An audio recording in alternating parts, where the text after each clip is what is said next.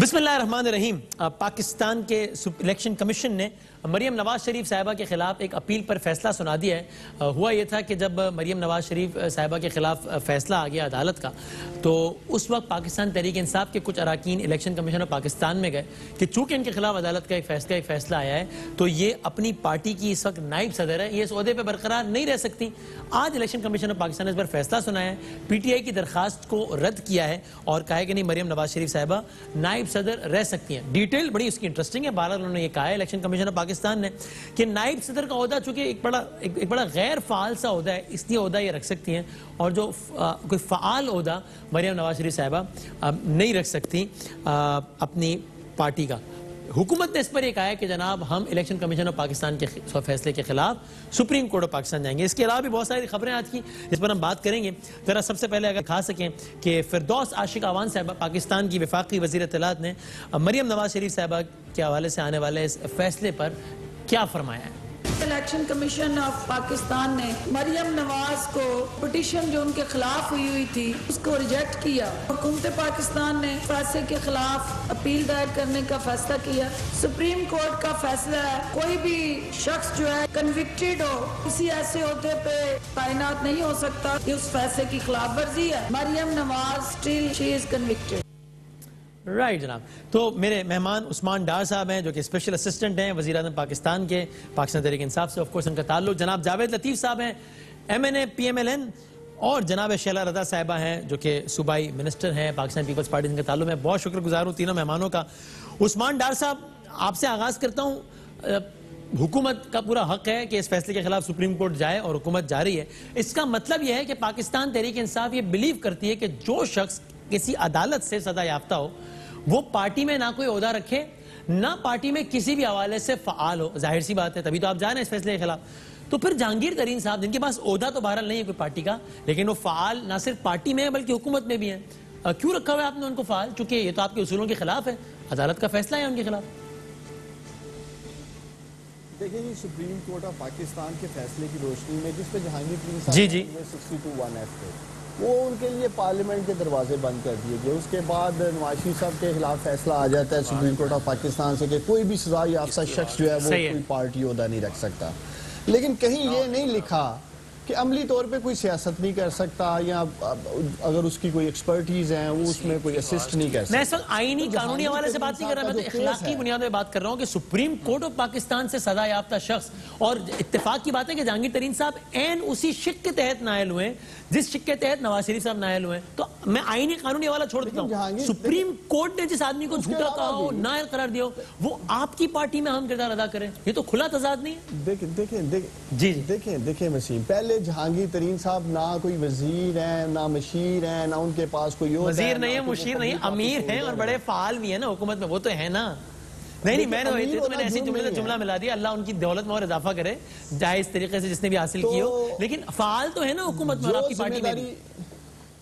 دیکھیں جو بھی ذمہ داری انہیں دی گئی ہے یا جو بھی وہ اسسٹ کر رہے ہیں پرائم منسٹر آف پاکستان کو، عمران خان صاحب کو، وہ بہتر سمجھتے ہیں، اور کم از کم جو آج ڈیبیٹ ہے یا آج بات یہ کرنے والی ہے وسیم کہ کیا الیکشن کمیشن آف پاکستان نے نئے سوالات کھڑے نہیں، میں اس میں بات کر رہا ہوں، لیکن مجھے خالی اس پر ایک کامنٹ دے دیجئے کہ یعنی آپ کے خیال میں پھر کہہ رہا ہوں کہ آئینی قانونی حوالے سے بات نہیں کر رہا ابھی، سپریم کورٹ آف پاکستان سے نااہل شخص اگر حکومت میں اہم کردار ادا کر رہا ہے، اس کو وزیر اعظم ذمہ داریاں دے رہے ہیں، وہ ذرا اس سے بریفنگ لے رہے ہیں، تو اس میں کیا غلط ہے، اس میں کیا مسئلہ ہے؟ ایسا ہی آپ کے خیال میں؟ دیکھیں ترین صاحب کے کیس پہ اگر ہم بحث کریں گے پھر لمبی بحث ہوگی، وہ ٹیکنیکل بنیادوں پہ ناک آؤٹ ہوئے، لیجٹمیٹ پیسہ تھا ان کا، بینکنگ ٹرانزیکشنز تھی، ٹھیک ہے، ہم سپریم کورٹ کے فیصلے کا احترام کرتے ہیں۔ پھر یہ نواز شریف صاحب کے خلاف 62(1)(f) کا فیصلہ حق اور انصاف کی فتح ہے، ترین صاحب کے خلاف سپریم کورٹ کا 62(1)(f) کا فیصلہ ٹیکنیکل ہے۔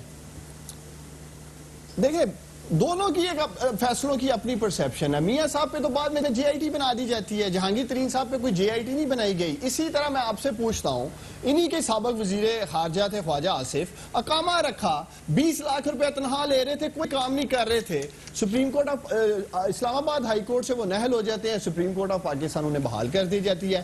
میں وہاں اس فیصلے سے اختلاف کرتا ہوں، میں سمجھتا ہوں کہ ان کو بھی نہل ہونا چاہیے تھا، وہ بھی اقامہ ہولڈر تھے، کیونکہ آپ as a federal minister oath لیتے دیتے ہیں وسیم کہ میں اپنے ذاتی مفادات پر قومی مفادات کو ترجیح دوں گا، یعنی وہ تو باہر جاب جو فیصلہ جس کے خلاف ہے وہ اس فیصلے پر اپنے تحفظات رکھتے ہیں. اچھا آپ کیا کہہ رہے ہیں کہ الیکشن کمیشن پاکستان نے کیا سوالات کھڑے کر دیا آج؟ دیکھیں آج وہ کہتے ہیں جی یہ بڑا ایک غیر فعال سا عہدہ ہے، وائس پریزیڈنٹ ہے پارٹی کی، چلیں وہ ایکٹیو عہدہ نہیں ہے. یہ کس طرح کا ایک فیصلہ ہے؟ مقصد آدھا تیتر آدھا بٹے ہے. سپریم کورٹ آف پاکستان کا واضح فیصلہ آ چکا ہے کہ وہ شخص پارٹی کا کوئی عہدہ بھی نہیں رکھ سکتا. اس لیے ہم سمجھتے ہیں ہمیں سپریم کورٹ آف پاکستان سے رجوع کرنا ہے اور ہم آخری آپ کہہ رہے ہیں سپریم کورٹ کا واضح فیصلہ ہے، لیکن اسی سپریم کورٹ کا جو خواجہ آصف کے حوالے سے واضح فیصلہ ہے اس پر آپ نے ابھی 1 منٹ پہلے کہا کہ اس سے میرے تحفظات ہیں. لیکن جاوید لطیف صاحب ویسے ہر فورم سے جو بھی فیصلہ ہو ٹھیک ہے اس کا احترام ہے، لیکن واقعی کچھ بات مطلب عہدہ فعال نہیں ہے اس لیے رکھ سکتی ہیں، عہدہ فعال ہے تو نہیں رکھ سکتی عہدہ، یہ مطلب کچھ کیا سمجھ نہیں آئی بات؟ نہیں وسیم، ہمیں تو اعتراض اس بات پہ ہے کہ بھائی جس بنیاد پر نااہل کیا گیا ہمیں تو اس چیز پر اعتراض ہے، اس فیصلے پر بھی اعتراض ہے. اور ہم تو یہ کہہ رہے ہیں کہ ملک ارشد کی ویڈیو سامنے آنے کے بعد کیا کوئی سزائیں جو سابقہ دی گئی تھیں ان کی کوئی جسٹیفیکیشن رہ جاتی ہے؟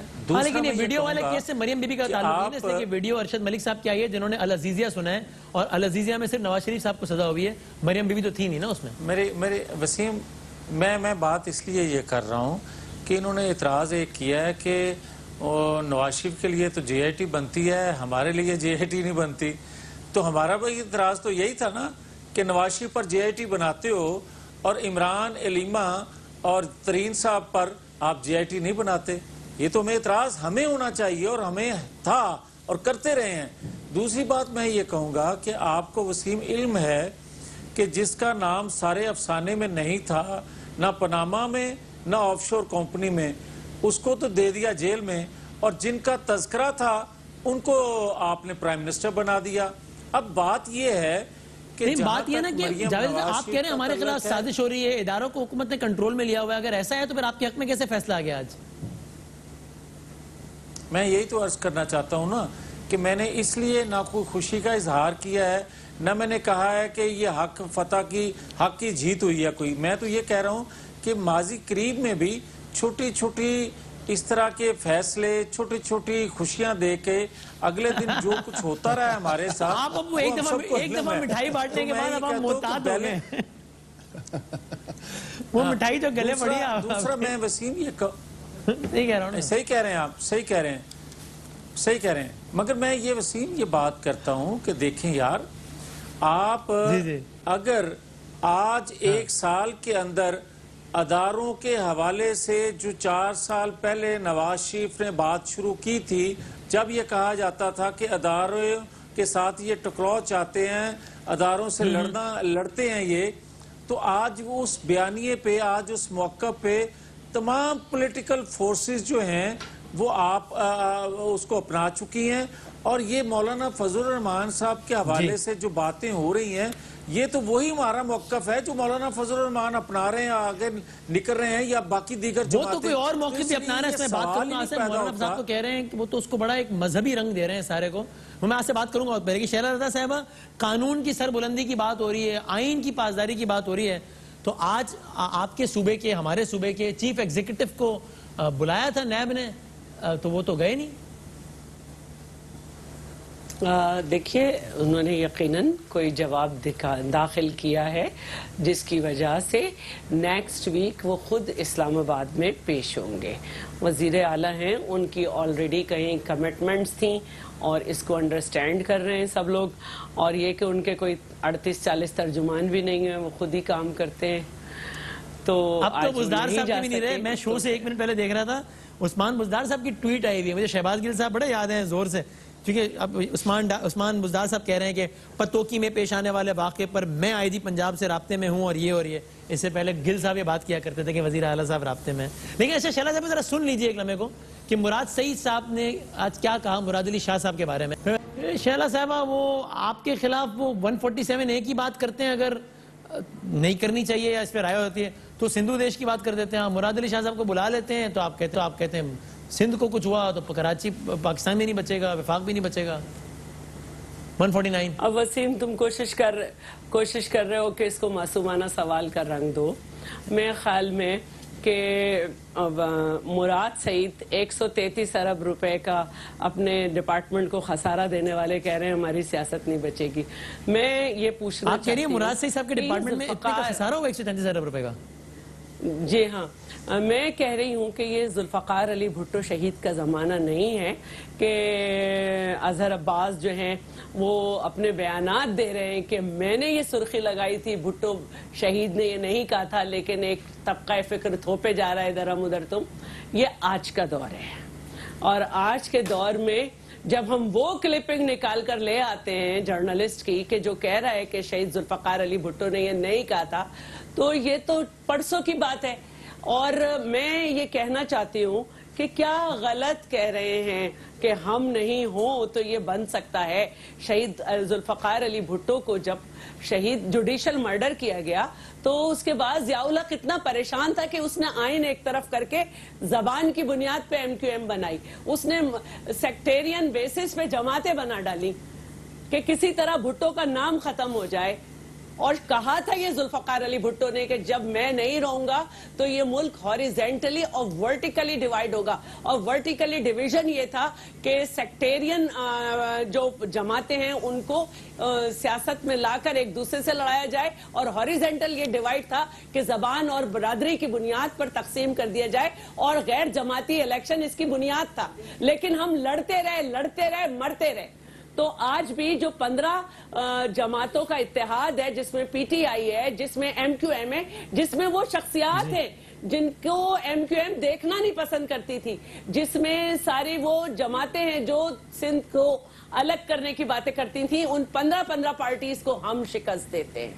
تو یہ ایک بات بڑی اچھی بات ہے، آپ نے شکست دی ہے، آپ کی حکومت ہے اور اللہ تعالیٰ آپ کو دے کامیابیاں. لیکن یعنی یہ کیوں نہیں ہو سکتا کہ جب وہ آپ پر گورننس کے حوالے سے تنقید کریں تو آپ کا جواب یہ ہو کہ بھائی تم غلط کہہ رہے ہو، دیکھو ہم نے کیسا اپنا لیاری بنایا ہے، دیکھو ہم نے کراچی کیسا ڈیولپ کیا ہے، اندرون سندھ کی سڑکیں تو دیکھو کیا کمال پیش کریں. اس کا جواب یہ کیوں ہوتا ہے کہ دیکھو ہیں آپ بالکل دیکھو میں ووٹ پڑا بالکل پڑا ہے آپ کو. گورننس کا جواب گورننس سے دیجئے نا. ہاں میں دیتی ہوں، آپ مجھے بس ذرا سا موقع دیجیے گا. جب پیپلز پارٹی آئی تو لیاری میں پپو اور رحمان گروپ تھے. آج لیاری کا میڈیکل کالج ایک کیٹیگری میں ہے. جب پیپلز پارٹی آئی تو پاکستان بننے سے لے کر سندھ میں کراچی میں ایک ہی یونیورسٹی تھی، آج کراچی میں ایک جرنل یونیورسٹی ہے. جب پیپلز پارٹی آئی تو کراچی میں سائبر نائف نہیں تھا، اور سندھ میں دل کا، ہیپاٹائٹس کا اور بون میرو ٹرانسپلانٹ اور کینسر کے علاج فری نہیں ہوتے تھے. SIUT کو اور انڈس جیسے ہاسپٹلز کو اتنا بڑے گرانٹ نہیں ملتے تھے، ہم نے دیے. کراچی کا انفراسٹرکچر روڈ سیکٹر میں ہم نے بنایا. کراچی کو پانی کے لیے 2 لائنیں سپلائی کرتی تھی 1956 سے. تیسری بڑی لائن محترمہ بے نظیر بھٹو نے تھی. مشین ٹول فیکٹری، SMC اور کیا کہتے ہیں یہ شارع فیصل وغیرہ میں کیا کیا نام بناؤں، یہ ہم نے کیے. یہاں پہ ہمارے علاوہ جب بھی کوئی رہا اس نے بوریوں میں لاشیں بیچی. تو یہ کیا سب لگے ہوئے ہیں کہ شہر میں مکھیاں ہیں، شہر میں کچرا ہے، نیو یارک ٹائمز کہہ رہا ہے سٹی آف، یہ سب کیا کر رہے ہیں؟ پہلے نقطے سے اگر میں شروع کر لوں، ایک آپ بھول گئی، وہ عزیر اور وہ رحمان اور پپو تھے لیاری میں، تو ایک اور آدمی بھی تھا اس کا نام عزیر بلوچ تھا، وہ بھی میں بتا دوں. وہ کہاں ہے آج کل؟ وہ کہاں ہے آج کل؟ گورنمنٹ ہماری ہے، کہاں ہے آج کل؟ اور ان سب گینگز کا خاتمہ کس سال میں ہوا ہے؟ JIT لاؤ. گینگ وار کا خاتمہ کس سال میں ہوا ہے لیاری سے؟ ہمارے دور میں 2008 سے 13 کے درمیان جب آپ کی حکومت وفاق اور سندھ میں تھی، تب تاریخی بدامنی ہوئی ہے کراچی میں، جب دونوں طرف کے لوگ بوریوں میں مل رہے تھے اور کٹ رہے تھے یہاں پہ. ہاں، اس کی وجہ یہ تھی کہ ہم لیاری میں آپریشن کر رہے تھے. جب لیاری سے آپریشن باہر نکلا اور آصف علی زرداری صدر تھے، ہماری گورنمنٹ نہیں رہی تھی لیکن وہ صدر تھے کیونکہ ایک ڈیوریشن ہوتی ہے. لیاری سے جب آپریشن باہر نکلا تو MQM کی چیخیں نکل گئی اور انہوں نے کہا فوج کو بلاؤ. تو نواز شریف کراچی آئے، اسٹیک ہولڈرز کو بٹھایا اور رینجرز کو 2013 میں مسلم لیگ نون کی حکومت آنے کے بعد نواز شریف نے APC کی کراچی کے گورنر ہاؤس میں مراد علی شاہ بھی تھے، اس کے بعد جو آپریشن ہوا اس میں گینگ وار ختم ہوئی ہے. شہلا رضا صاحبہ آپ کے دور میں نہیں ہوئی ہے. یہ تو فیکٹ ہے نا. دوبارہ بتا رہی ہوں نہیں میں آپ کو دوبارہ بتا رہی ہوں انہوں نے اختیارات دیے اس سے پہلے 5 سال آپ کی حکومت تھی وفاق رسول میں آپ ختم کرتی نا گینگ وار آپ نے سپورٹ کیا نہیں دی نہیں ہم شروع کر چکے تھے ختم انہوں نے کیا لیکن آپریشن ہو رہا تھا لیکن انہوں نے ایک پائی نہیں دی انہوں نے ایک پائی نہیں دی سارا ہم نے خرچ کیا ہے صرف انہوں نے ہمارے ساتھ بیٹھ کے رینجرز کو 2 اختیارات زیادہ کیا چلیں ٹھیک ہے میں ٹھیک ہے پوائنٹ دیں گے ذرا میں ایک بات اور کر کے پھر عثمان ڈار پھر آگے آتا ہوں. شیلا صاحبہ ایک بات سے وہ بتا دیجیے گا وہ فریال تارپول صاحبہ آئیں پروڈکشن آرڈر میں ظاہر ہے ورنہ تو کوئی اور باہر نہیں آ رہا لیکن یہاں سندھ میں تو اسپیکر کا استحقاق ہوتا ہے تو آپ کی حکومت ہے تو فریال تارپول صاحبہ آ گئی انہوں نے تقریر کی. ہر شخص کو حق ہے کسی بھی بات پہ اپنی رائے دینے کا اس میں سے کوئی وہ نہیں ہے لیکن وہ ظاہر ہے ایم این اے بھی نہیں ہے نیشنل اسمبلی کی ممبر بھی نہیں ہے کہ وہ وفاقی امور پر تبصرہ وغیرہ کریں حق تو ہے ان کا لیکن انہوں نے ایک دم ایک بات کہہ دی میں ایسی طرح پوچھنا چاہ رہا تھا کہ وہ کیا اس کا سن لیں بتائیے گا کہ کیا اس کا دکھائیے گا. آرمی چیف کو ٹینشن ہوئی ہے we hope that is in the best interest of Pakistan and will help to stabilize this country which needs to be stabilized and we all should work towards a better Pakistan. تھوڑی تشریح فرمائیں گے اس کی شیلا صاحب؟